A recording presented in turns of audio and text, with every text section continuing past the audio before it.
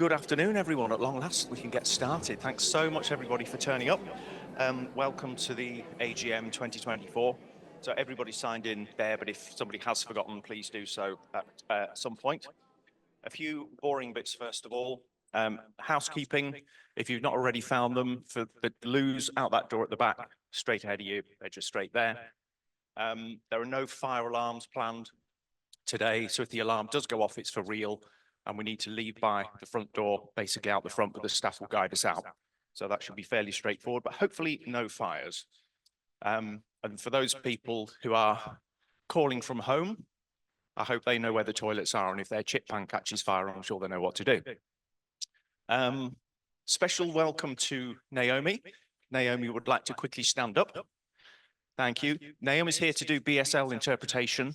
If there's anybody else in the room that would benefit from Naomi's work, please just make your way forward so you get a good view. There's quite a bit of voting we'll be doing this afternoon. That will be explained as we go through. But full and concession members get a voting pack. Pay-as-you-go members do not. But that's probably been explained when people have signed in. We'll explain how the voting works at each stage. So we'll run through that in a short time when we get on to the first bit of voting. All the votes will be counted up and announced towards the end of the meeting. So we'll have votes at different stages on different aspects.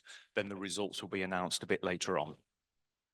And I think that's it by way of introduction. So I think the next thing is over to Liam for the meeting governance. Thank you very much, Rob. So only a couple of little bits. Firstly, apologies for the slightly late start, which is to make sure that we were quorate, but we are quorate, so that is great news. And thanks for all those that attended today.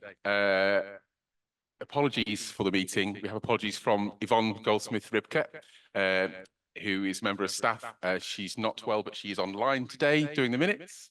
Will Alloway and David Norris. David's one of the trustees that is standing down today. So yeah, that was all the meeting governance issues. So next slide.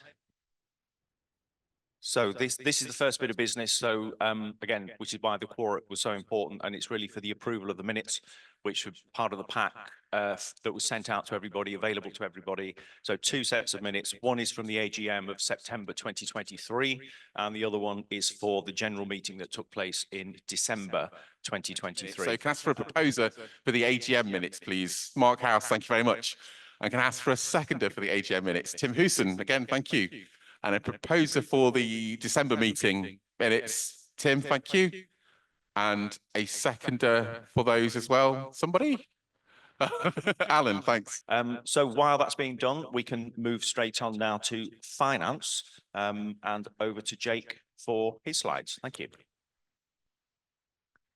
Hello, hopefully this will be nice and short and sweet, so the more exciting topics can occur sooner.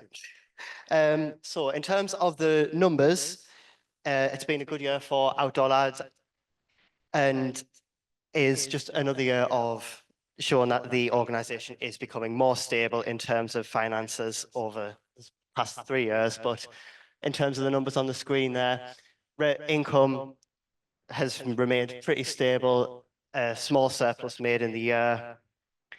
Expenditure has gone up, but as everyone in the room and online can attest to, that is across the board. So very much expected.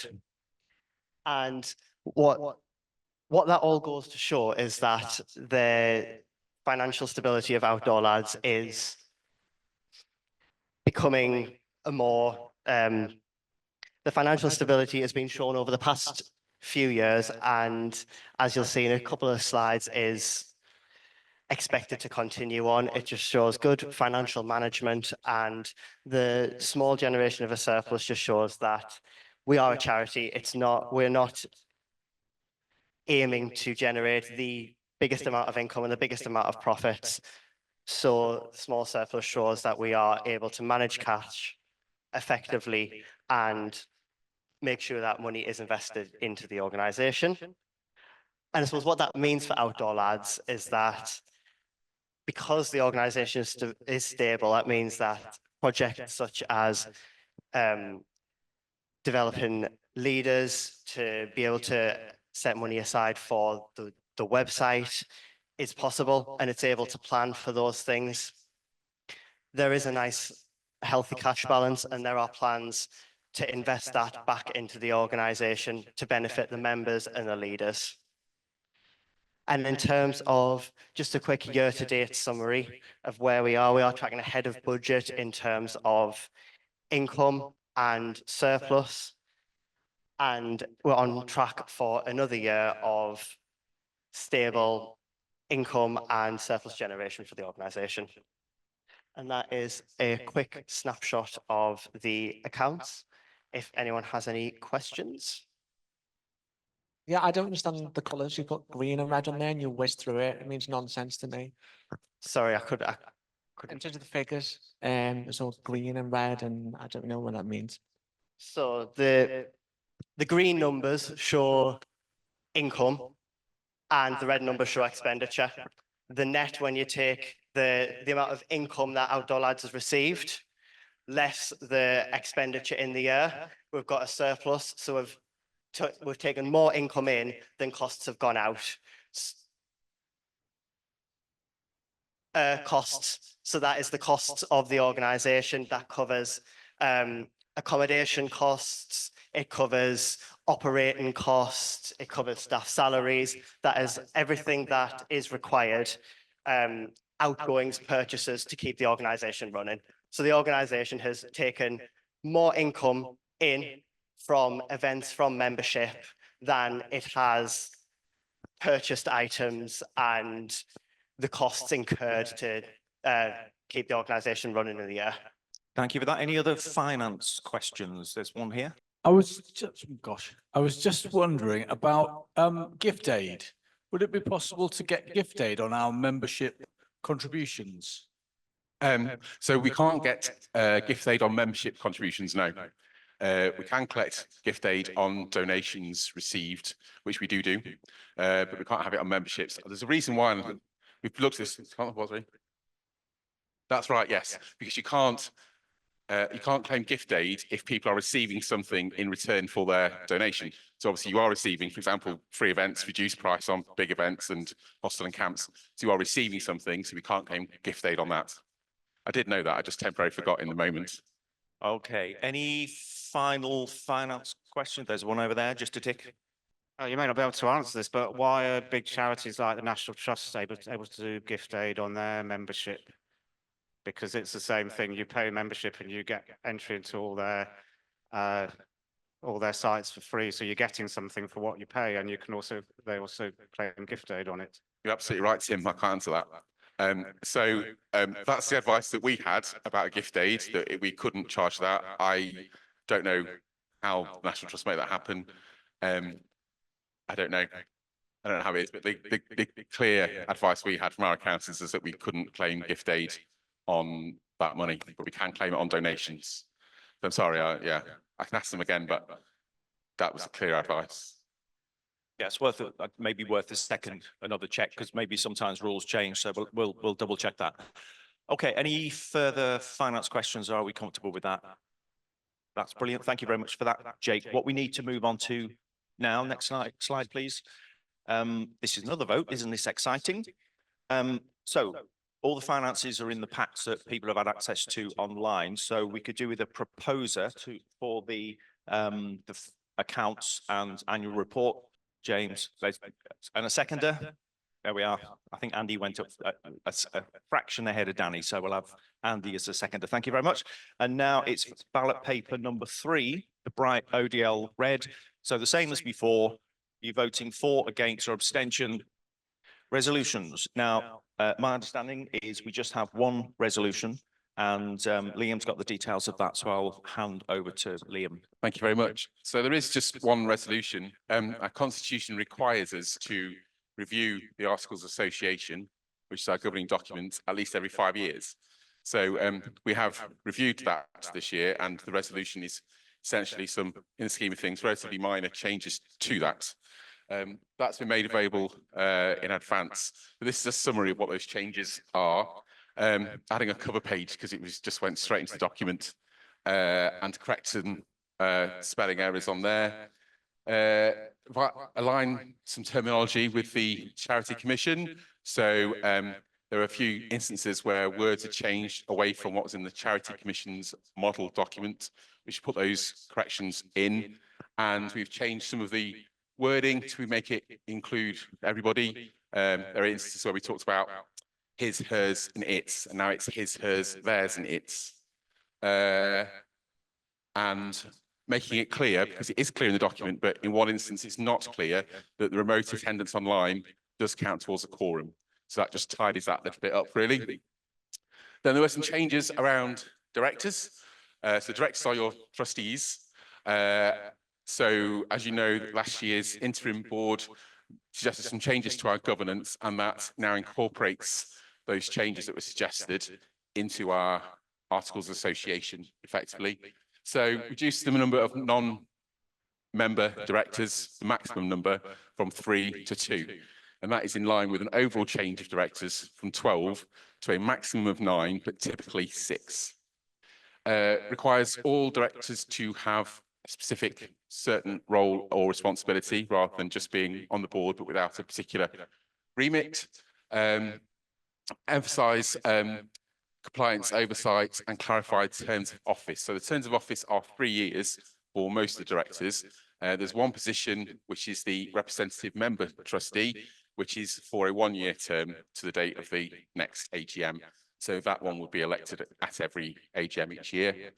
And confirm the election process for the secretary. So the secretary currently is me as a member of staff and therefore not a director or a trustee, but essentially the current document sounded like I need to be voted in by the trustees, and then the following year the AGM had to vote for the previous year for me to be the secretary.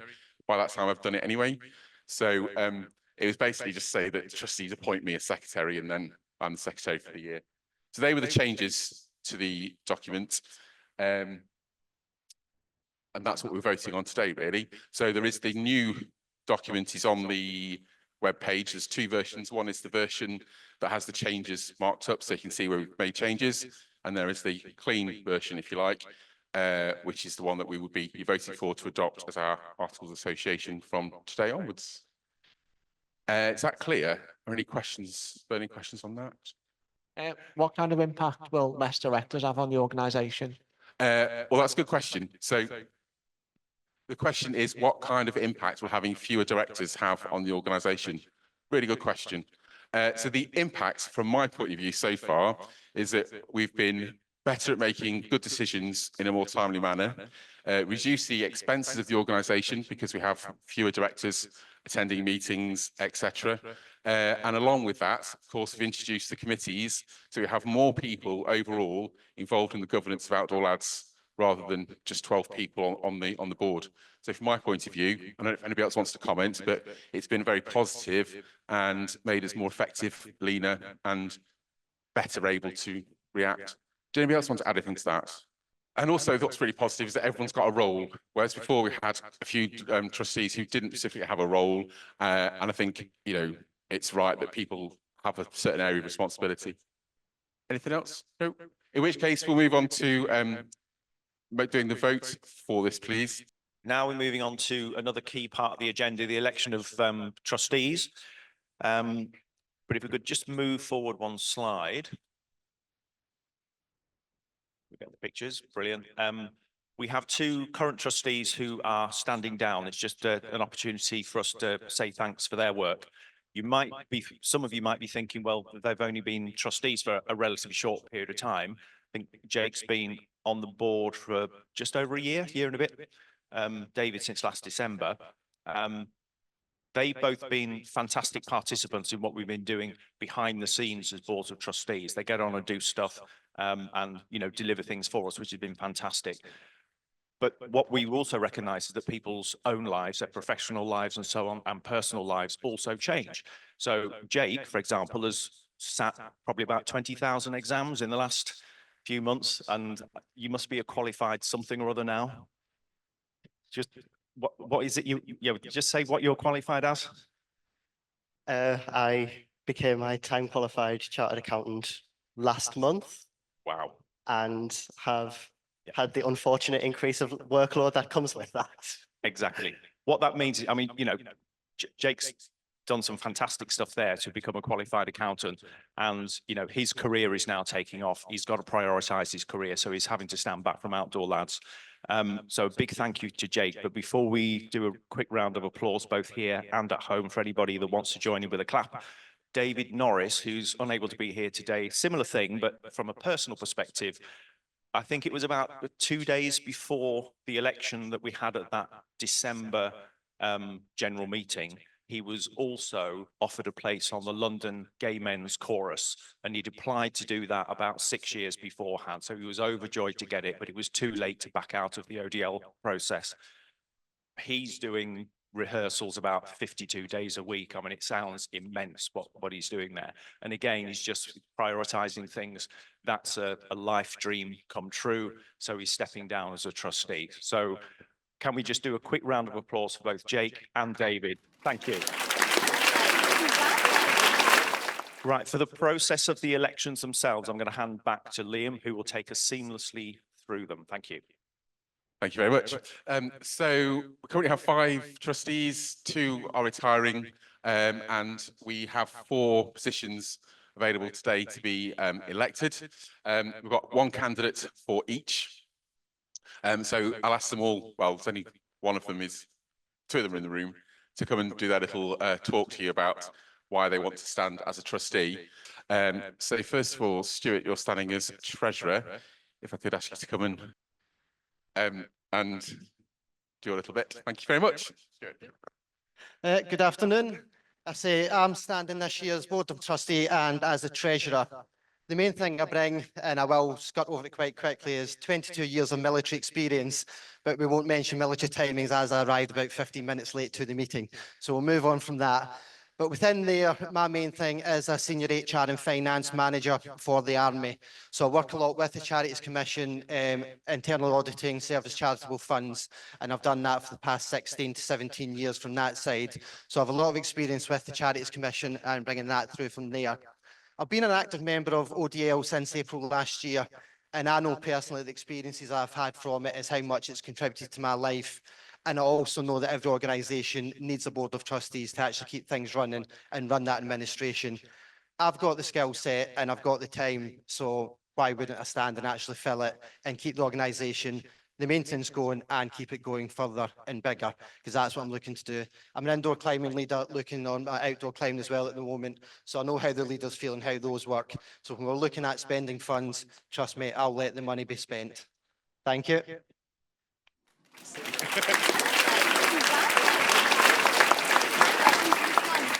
Thanks, Stuart.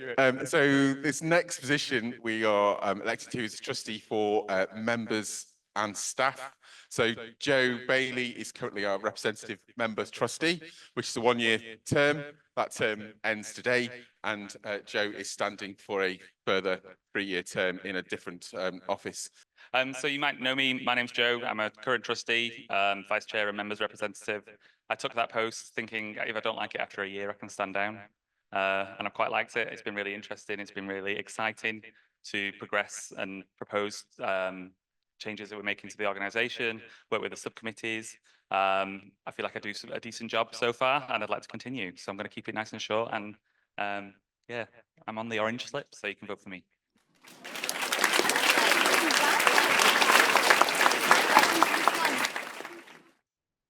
Thanks, Joe. And so the next position we are elected to is a new position for the board, which is a trustee for volunteers and leaders. And we've got Gavin Blackman standing for that position. But in a minute, we'll show the video that Gavin has produced. He's not with us in the room today, unfortunately, but he is attending online. It's not his fault that he's not live streaming that, because IT-wise, it's too much. So I said, can we have a video instead? One thing I haven't pointed out to you is Gavin, Stuart and Joe's positions have all been, they've applied for the position, filled out an application, been interviewed by trustees, and the trustee board are recommending to you that you vote for those positions. I'll come on to the other one later. So they're all recommended to you. So we'll ask Gavin to do his, well, no, ask Dan to play Gavin's video explaining his situation. Thank you. Good afternoon, people. I'm not in the hall with you right now, so I've been asked to do a video to explain why I would like to become the trustee for volunteers and leaders at Outdoor Lads. So here's some personal background information on me.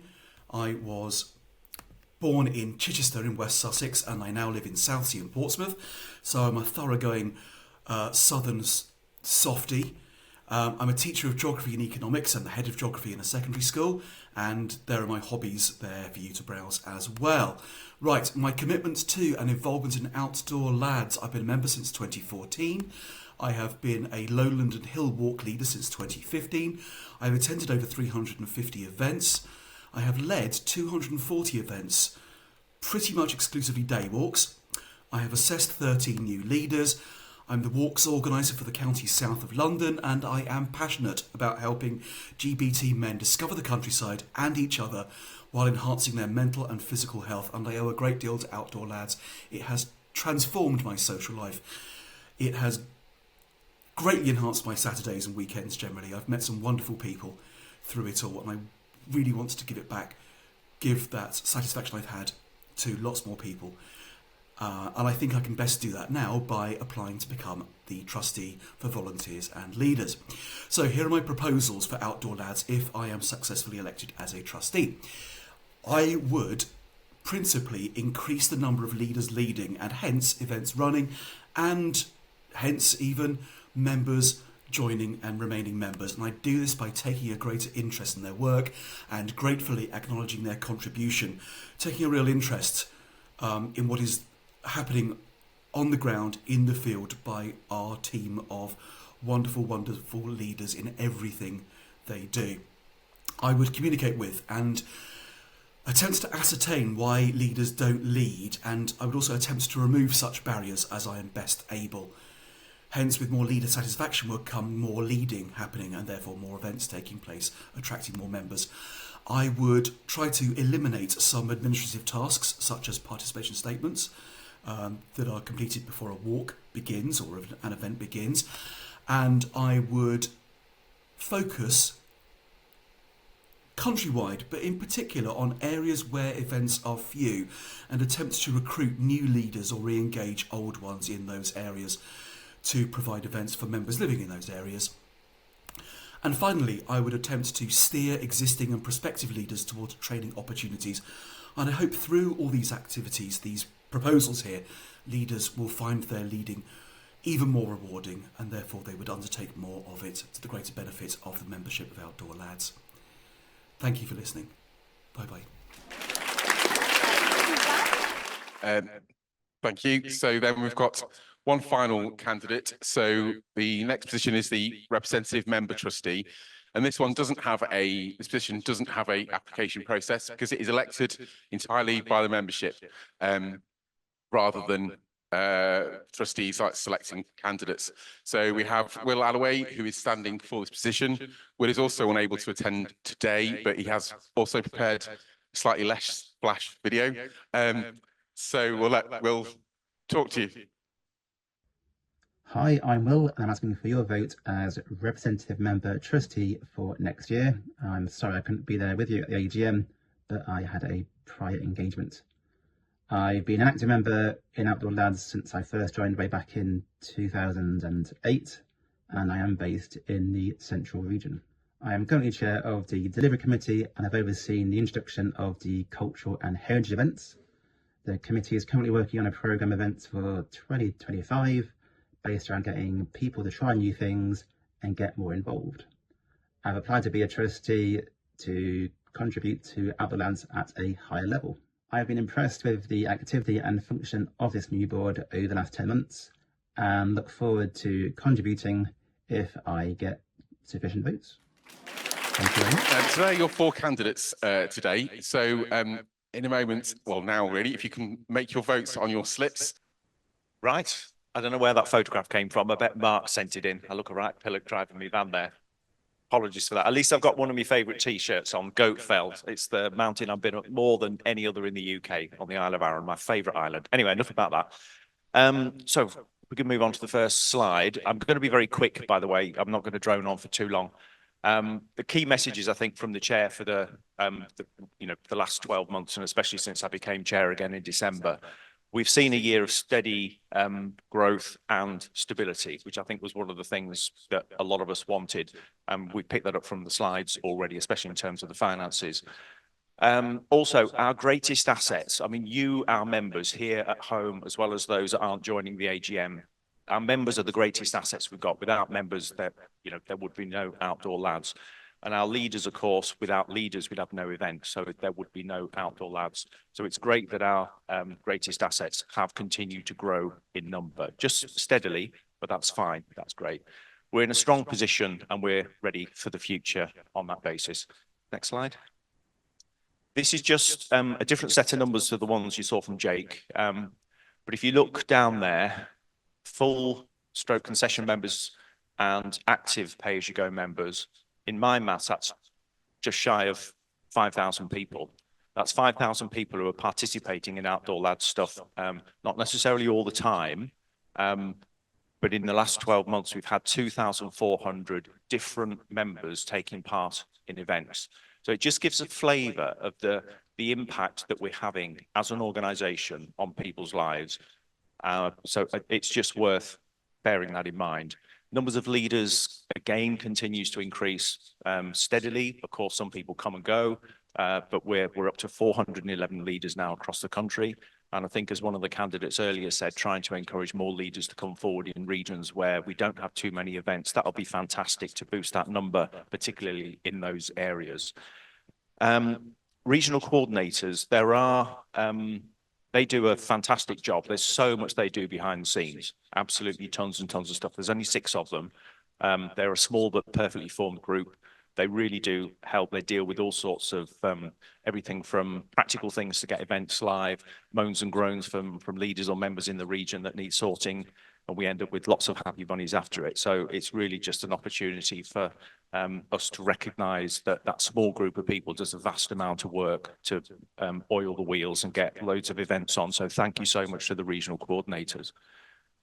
We've also got 3 subcommittees operational at the moment. You'll hear more about this in a while, but having a number of people bringing skills, expertise to those subcommittees, either on an ongoing basis or for specific projects, is just fabulous for us. And again, another part of the rationale for reducing the number of trustees, because we can have more people involved helping us at subcommittee level.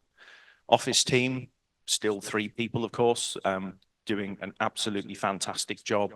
And especially over the last year or so when things have been particularly difficult. So, again, massive, massive thanks to Liam, Dan and Yvonne. And hopefully Yvonne can hear that from home as well as she's recovering from COVID, bless her. A fantastic job you've done to help keep us all on the straight and narrow. So thank you so much. And then, of course, the trustees, just the 5 of us, we're the ones that do some of the, I suppose, background work. We're trying to focus on all the time on what you, our members, want us to do. It's not about what we want to do as individuals, it's what we understand our members want to do. We're always focusing on that in meetings. We never forget that we are a membership organisation. If we forget that, then we're in danger. So we always remind ourselves that, we're here for the membership, not ourselves. We also deal with all sorts of, I suppose, less exciting stuff, things that we need to do to comply with the law for charities and to comply with Charity Commission guidance. So that's some of the kind of less exciting stuff, but it's stuff that we need to do. Next slide, please. I'm not going to say much on this, it's been covered. We are remaining healthy. We've had another small surplus for this year, which is good. Money that we're investing back into the organisation through the subcommittees. And as you can see on the right-hand side of the screen, we've allocated £10,000 per subcommittee to focus on practical things that the members want us to do to help deliver more and better events, investing in leaders, kit, whatever it might be. So there's a long way to go to actually spend that money, but it is there. It is there for better events. Next slide. Leaders and volunteers. I'm not going to steal the thunder from a bit later on, but the general message is for any members, if you feel you've got something to offer, get in touch. It might be for a specific project, especially when you hear about the members survey, there might be something you think, oh, I could be interested in that. Do get in touch. We'd like to hear from you. Bring your skills and passion into Outdoor Lads. And as has already been covered, we have a new trustee position for leaders and volunteers. We felt that was a bit of a gap, which is why we've increased the number of trustees by 1 this year. Because if we can have somebody on the board who's specifically responsible for supporting leaders and volunteers, that is a very positive thing. And I understand we had a trustee for that position a number of years ago, and it worked really well. So I'm pleased with recreating that. And I think finally, summary, year of stability, continued growth, and we're in a strong and healthy position. But our leaders are the real heroes. So anybody in the room, anybody at home that's part of this meeting, and those that aren't, if you're leading events, thank you, because we'd be nothing without what you do. But also, as I mentioned, the office staff, they've worked their socks off. And just to prove the point, even, after working so hard Monday to Friday, next slide, even on his days off, out having fun, he's absolutely knackered because he works so hard for all of us. So I would just like to say, can we have a quick round of applause for the office team, because they've been brilliant.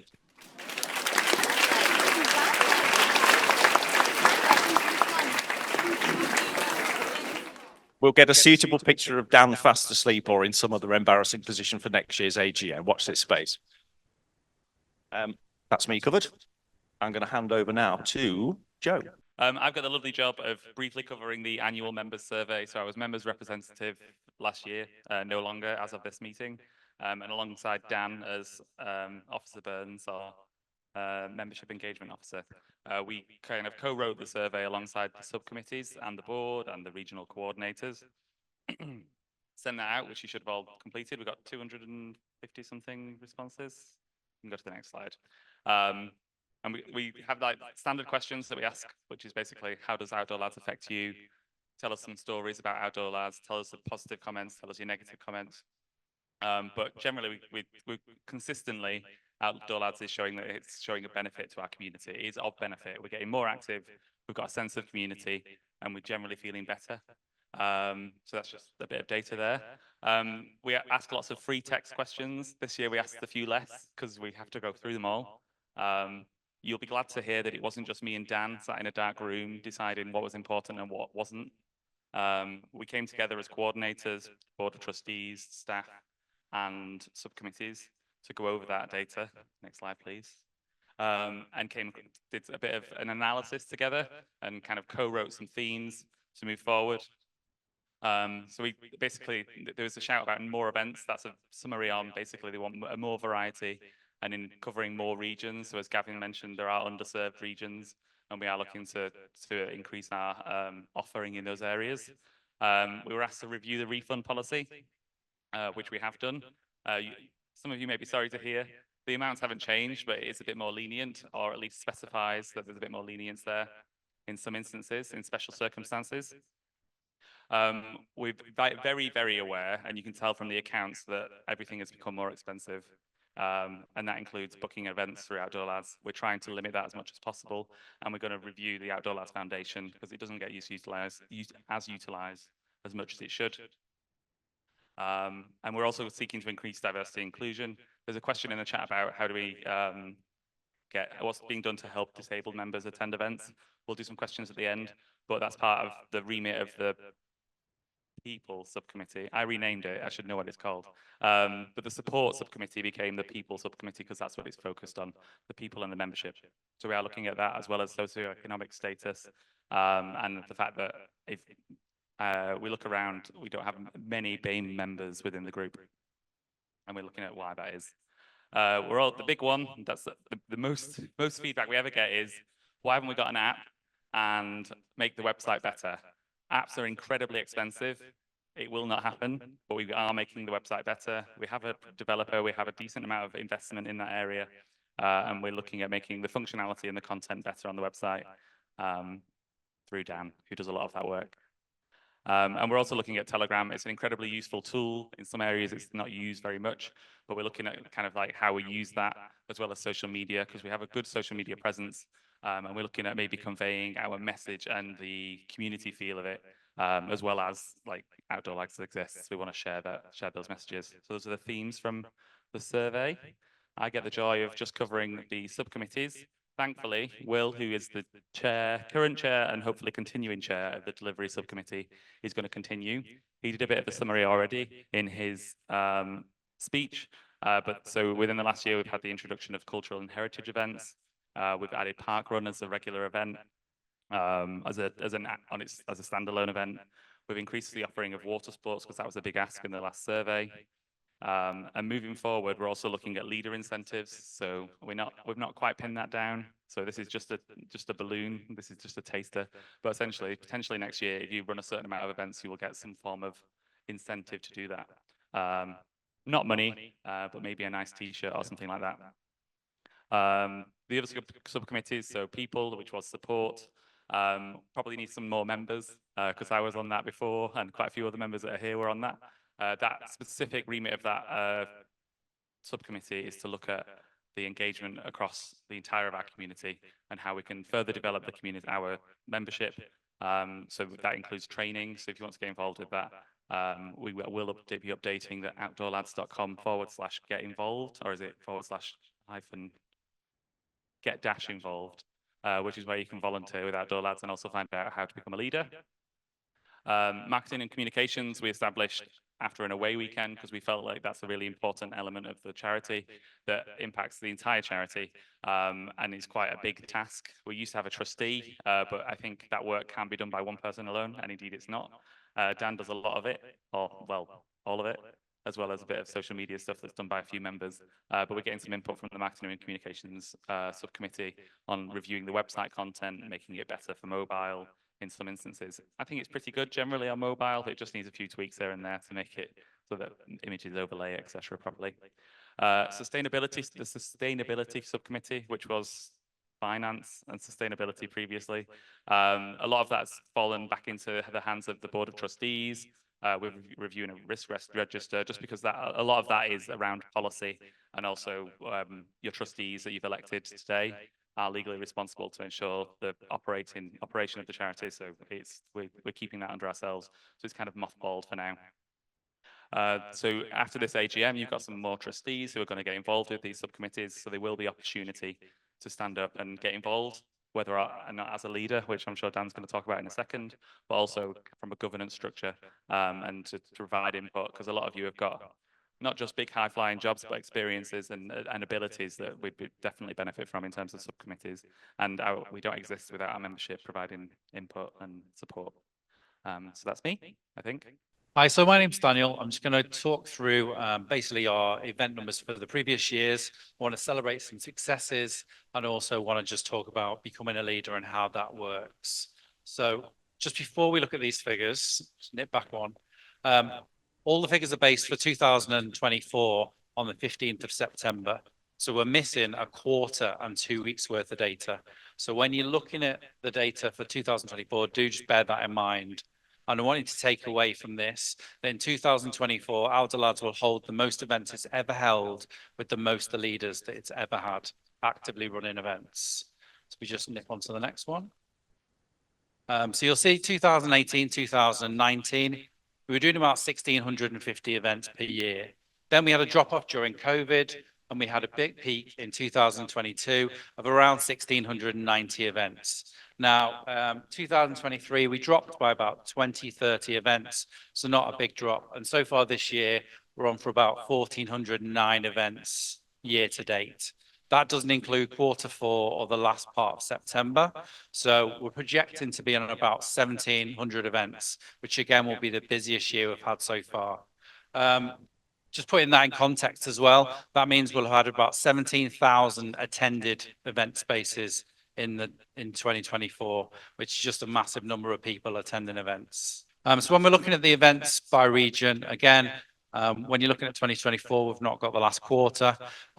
Big, massive thumbs up to the Central Region and Northeast, which has actually had more events so far this year than it did in the entire of last year.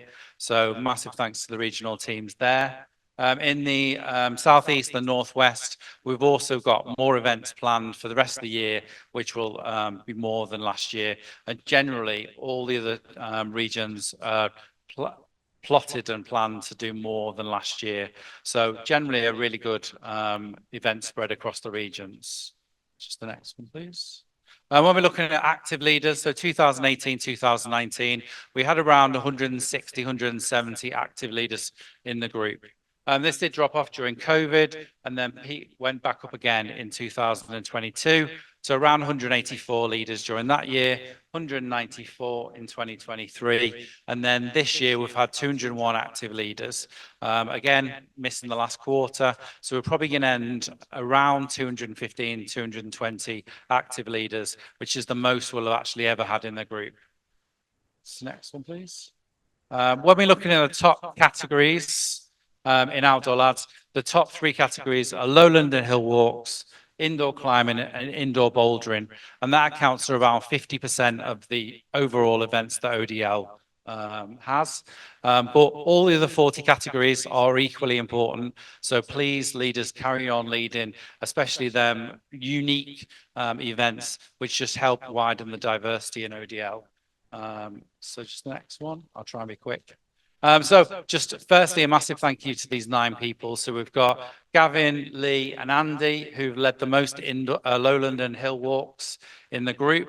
We've got Stu, David and Kev, who've led the most indoor climbing events. And we've got Paul, Ross and Stephen, who've led the most bouldering events. We'll just nip to the next one first for a clap. And then we've got some honorary mentions. So these people have been the top events people in the country as well. So we've got Dylan, who's led 41 online events. We've got Will, who's led a variety of different events. He's actually the second most prolific leader in the group.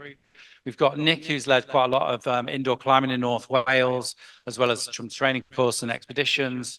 We've got Barry, 25 events of variety. And we've got John, who's led 22 lowland and hill walks. So just them 14 leaders have led over 26% of our overall events. So if we can just do a little clap for these.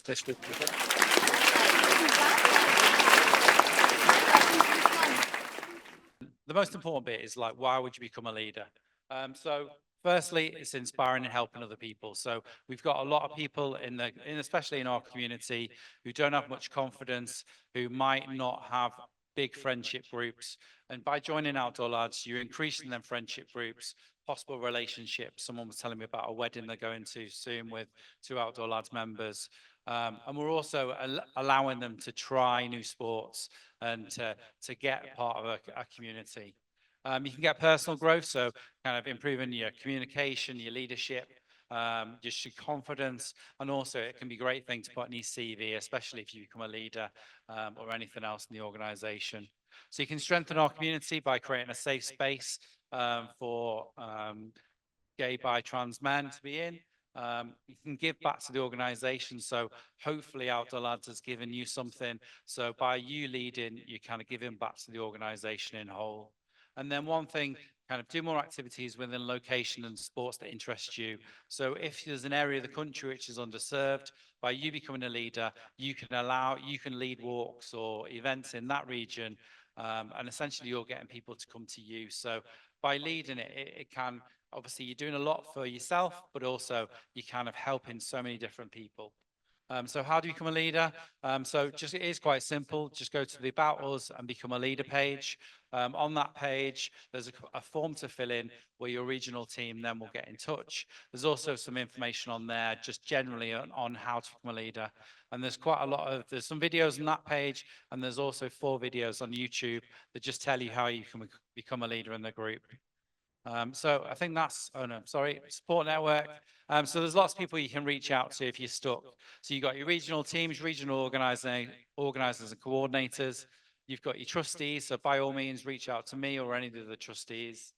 You've got leaders. So if you're on a walk or you're on an activity, by all means, just ask them. They can always point you in the right direction. And obviously you've got the office staff. So by all means, reach out to any of us. And just if you go on to About Us and meet our team, there's a page there. So please, I just encourage you, if you're on any walks or you see anyone with potential, please just recommend them to become a leader, point them in the right direction. They might want to get on some of the training courses in terms of becoming, learning to navigate or anything like that. So please just encourage people. And like Joe said, we've got some initiatives next year just to try and give back more people, recognize people for becoming leaders, and also hold some more training courses. And I think we've got some leaders weekends as well, just to try and motivate people. But at the moment, obviously, if we can get more leaders, then we can make 2025 the biggest year again for ODL. So thank you. Right, this is, now we're moving on to the section where we take any questions from the floor about Outdoor Lads as well as any online.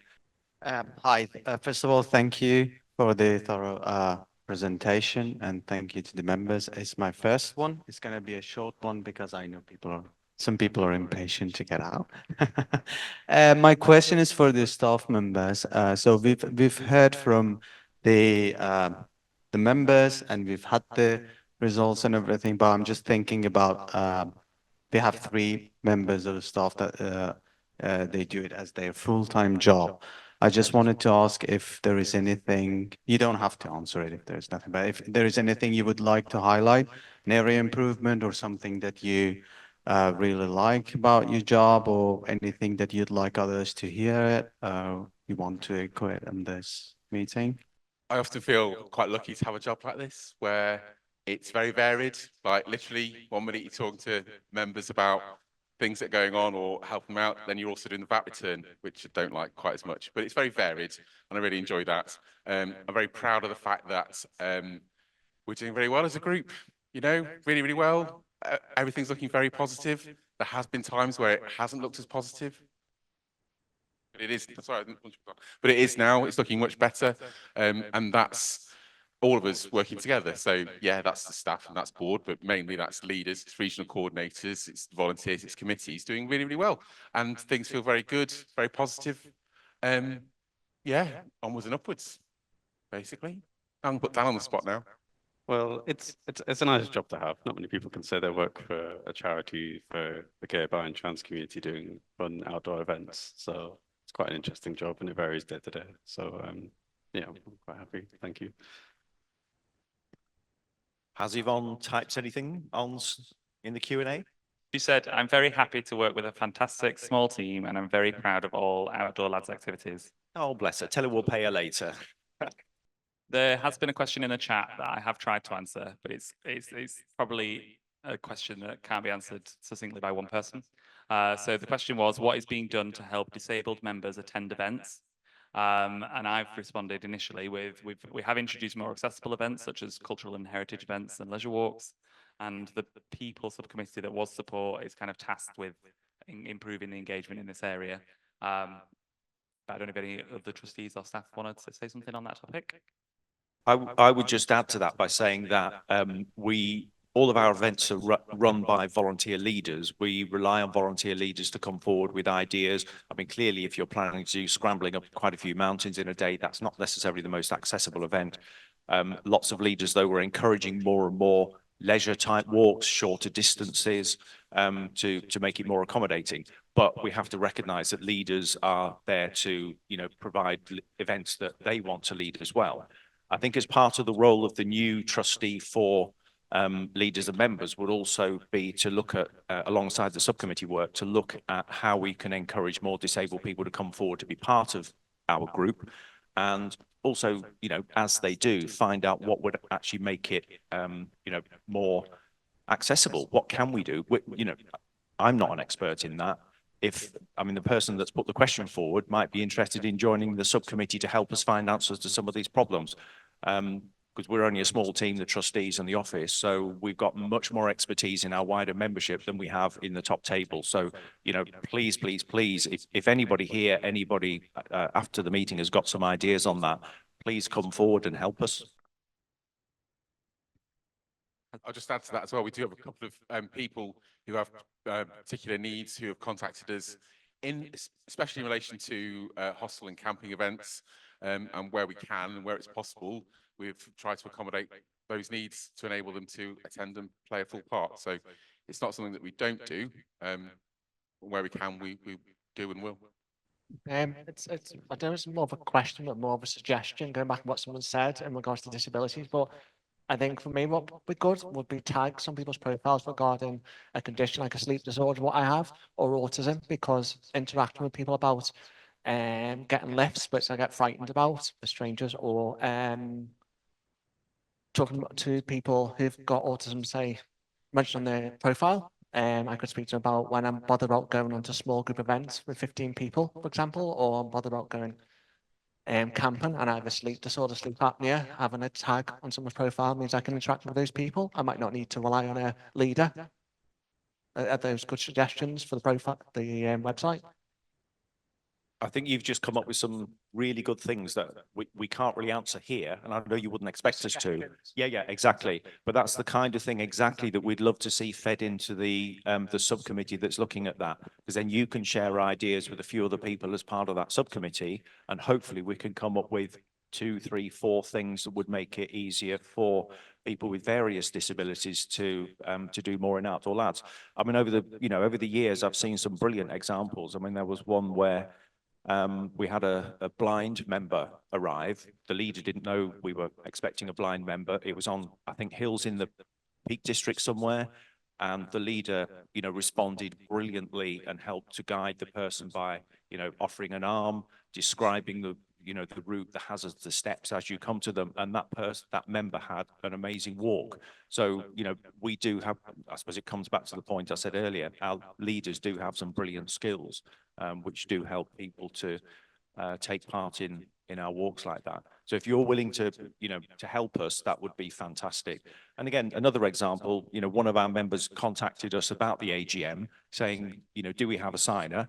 Because he could only come and he wants to come, but it would require a signer. So it's dead easy. We've organized a signer and, fantastic. There are practical things we can do, but sometimes we just need to be given a prompt. Thank you. Any more questions in the room? Just a very short question. What's the vision of the group for the following 5 years? If that's something that you guys have been asking between yourselves or between the committee. So did you say a vision for the group within 5 years? Exactly. I don't It's not a job interview, by the way. But Yeah. We haven't, as a board of trustees, I'm just looking at other people too. It's not the kind of conversation we've necessarily had. My personal response to your question will be something like this. Given that we've just come out of some difficult times, COVID, as well as more recent things, within the organization, we've got stability and we are growing steadily.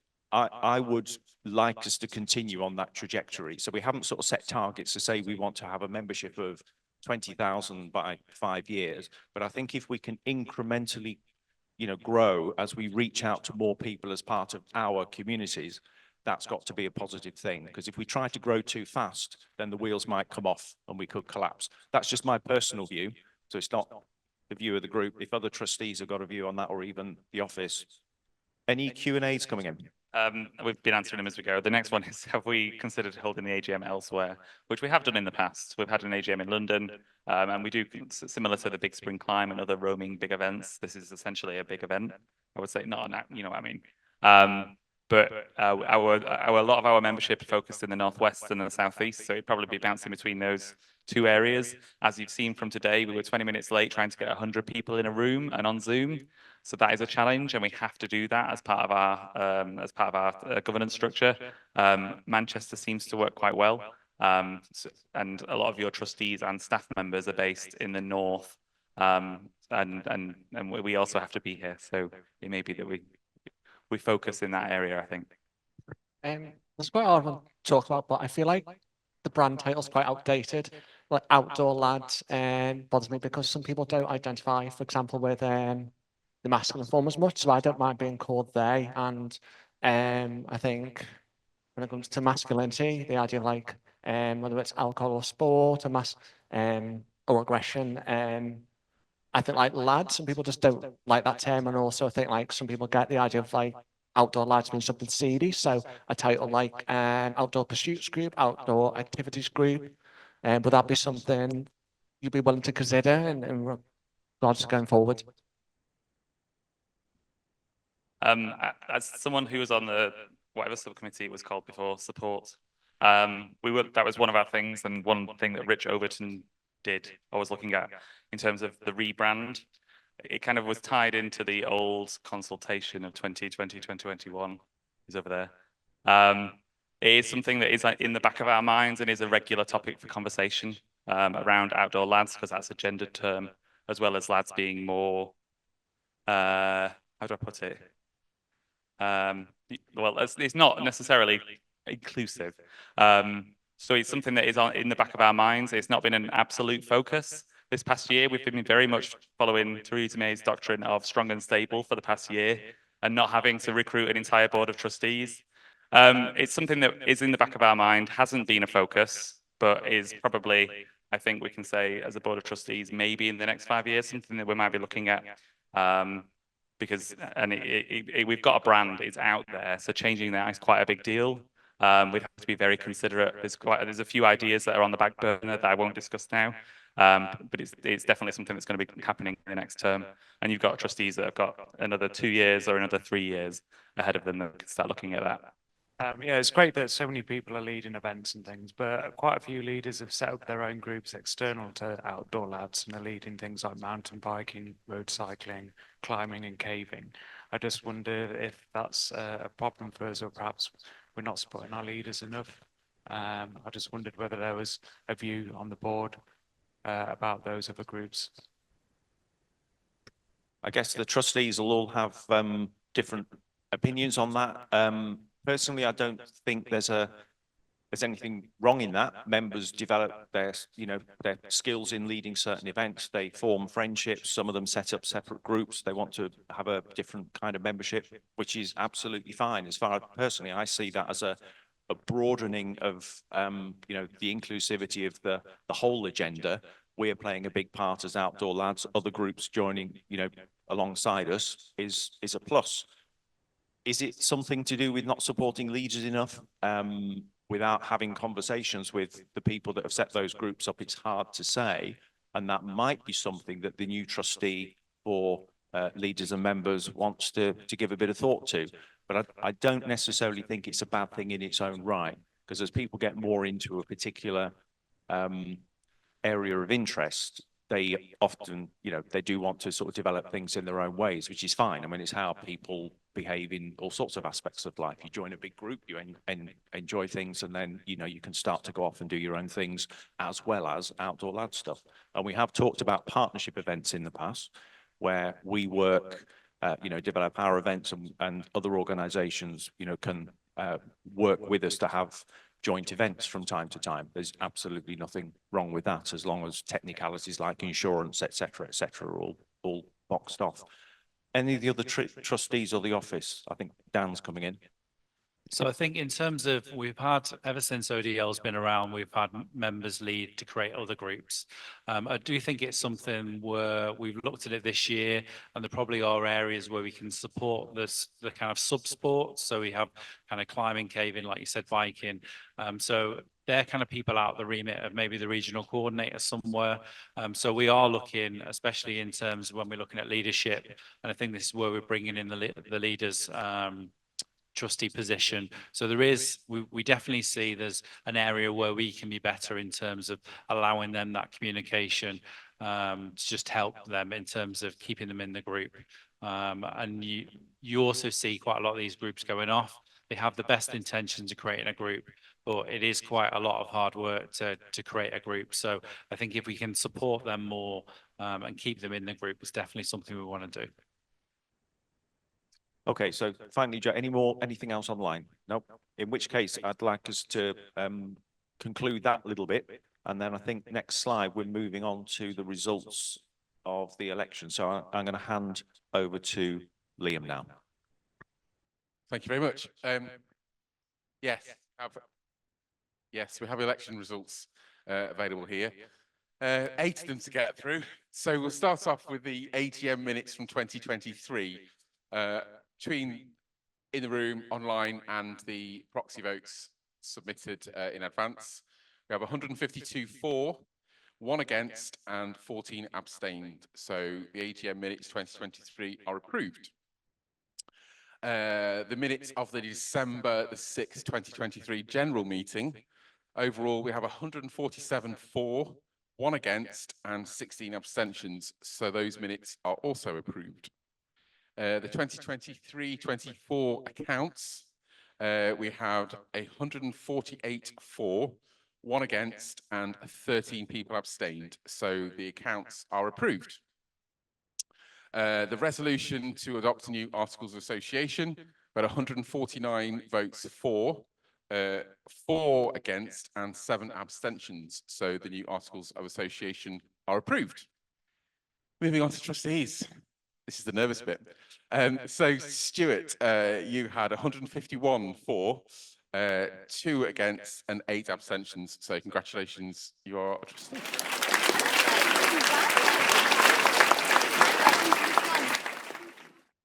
Joe Bailey. We had 3 for, no we didn't. We had we had 144 for, 7 against, and 7 abstentions. So congratulations, trustee, for another 3-year term. And Gavin, who's with us online, had 147 votes for, 7 against, and 7 abstentions. So congratulations to Gav. And then finally, Will had 139 votes for, 15 against, 3 abstentions. So again, Will is elected as our trustee. Well done.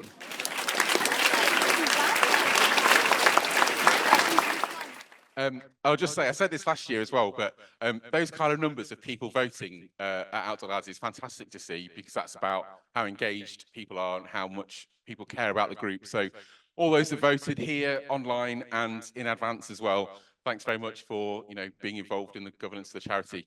So now we're moving on to the exciting bit of awards. So it's just like our own version of the Oscars.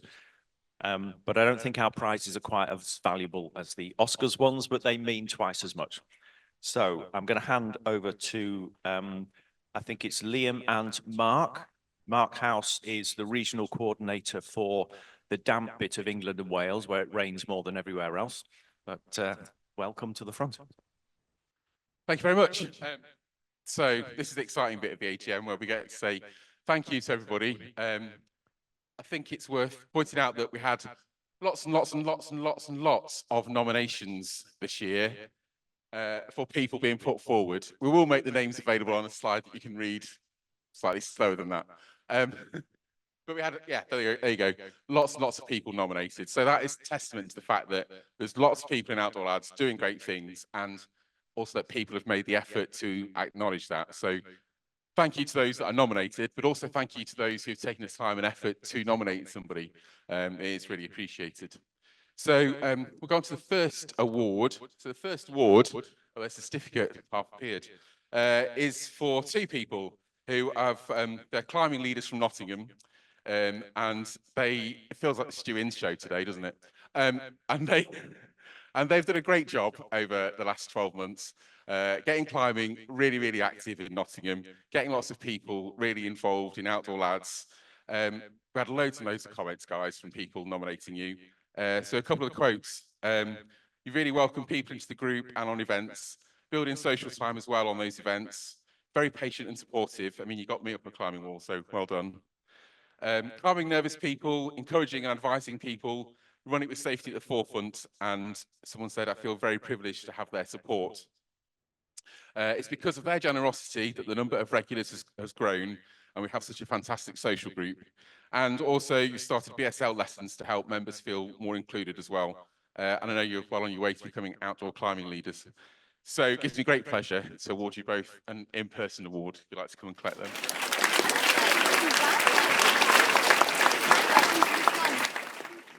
Okay, so the next award is for someone who's not in the room. It's one of our mountain walk leaders from Glasgow. He's been the driving force behind our very successful Ken Gorm's multi-activity week, which has had some incredible feedback and was rated 9.8 out of 10 in the feedback questionnaire. Some of the comments we've received as part of his nomination, someone said that the Ken Gorm's was one of the best ODL events I've attended in 12 years of being a member. It said that it was the most well-organized, enjoyable and welcoming event ever. Very well organized with clear and timely updates and messages from the leaders. James did a fantastic job, seriously above and beyond what we can expect from our volunteers. He does a phenomenal job without any drama. I can't praise James highly enough for the friendly, enthusiastic and inclusive way he organizes this event. James's leadership is to die for. And that's James Watson. So we'll give him a round of applause. So unfortunately, the next one is also not in the room today. So we've got a walk leader from Surrey, Alex Young.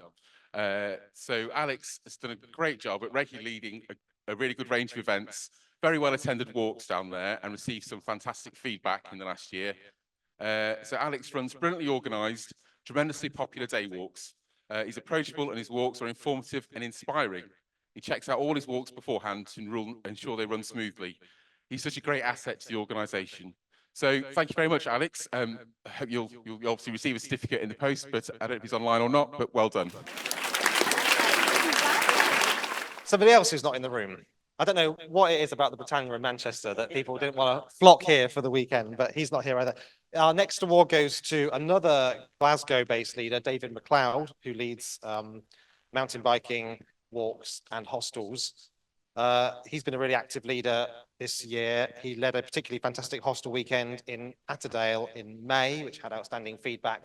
And from my point of view as the Northwest coordinator, I'm grateful to him for stepping in and leading another hostel, which didn't have a leader at one point, I forget which, but he came along at the last minute. So very grateful for that, David.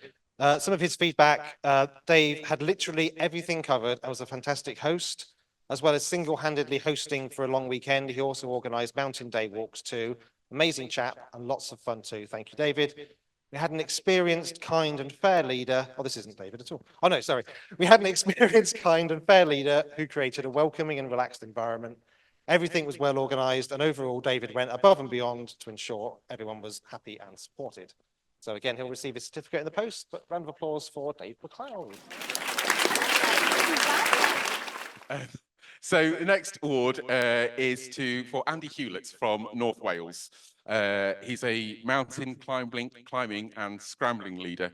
So Andy's been running a great range of really adventurous and different events for us this year, including a snakes and ladders trip in May in a quarry, which was really popular and had some fantastic feedback.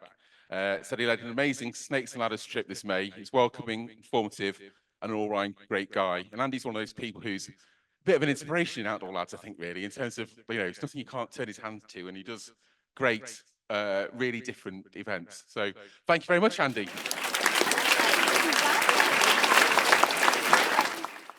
This is an award for Barry Heap, who's was mentioned in the slide earlier on as one of our most prolific leaders of the year. He leads walks and socials in the Northwest. He's been very active, as you saw from the statistics, a real mix of events, which are always really friendly and welcoming. He's been described as a great ODL ambassador, inspiring and a right good laugh. Barry's events are always entertaining. You're always in for a good time. He's thoughtful and ensures that we're all included. So again, round of applause for Barry. Thank you. So that is the end of the awards proper, but there are a few people that we couldn't let this go by without saying a particular thank you to. So we've got two more awards now as well. So the first one is very much a joint award for all those that have led the newbie camps at big events this year. So we've got 9 people who have stepped up and on a big event, had a group of others with them who are new to Outdoor Lads or perhaps attending on their own, perhaps a little bit nervous, etc. And they've been there to have a camp with them, take them under their wing a bit, talk to them about the group, make sure they're involved, prepare them some nibbles and drinks, and generally make people feel welcome.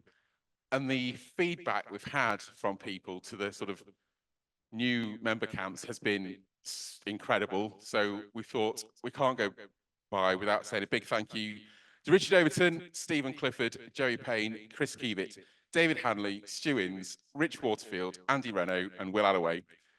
So 3 of them are in the room, so they can come up in a moment. I can't also let this go by without saying a big shout out to the Raw Boys. So if you've not heard, the Raw Boys are Richard, Andy, Will, who at Big Spring Camp, there's about 30 of them were camping together, and they formed a fantastic friendship group, really supportive of each other, and they're all getting really, really involved with Outdoor Lads, and it's been amazing to see, really. So David, Stu and Rich, do you want to come and get your next certificates? Okay, fine, fair enough. So the next special recognition award was because there's one person on the nominations for the main awards who's won awards several times before.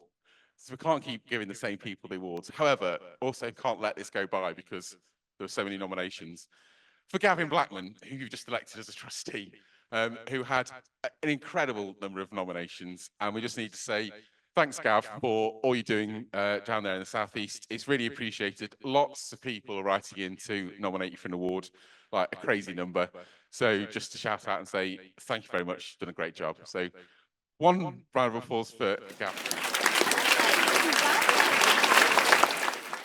And then I will just ask for one more round of applause in a moment, just generally for all those that have stepped up and are leading events, because frankly, without people leading events, there's no such thing as Outdoor Lads, and it's the core of what we do as a group. So big applause, thank you.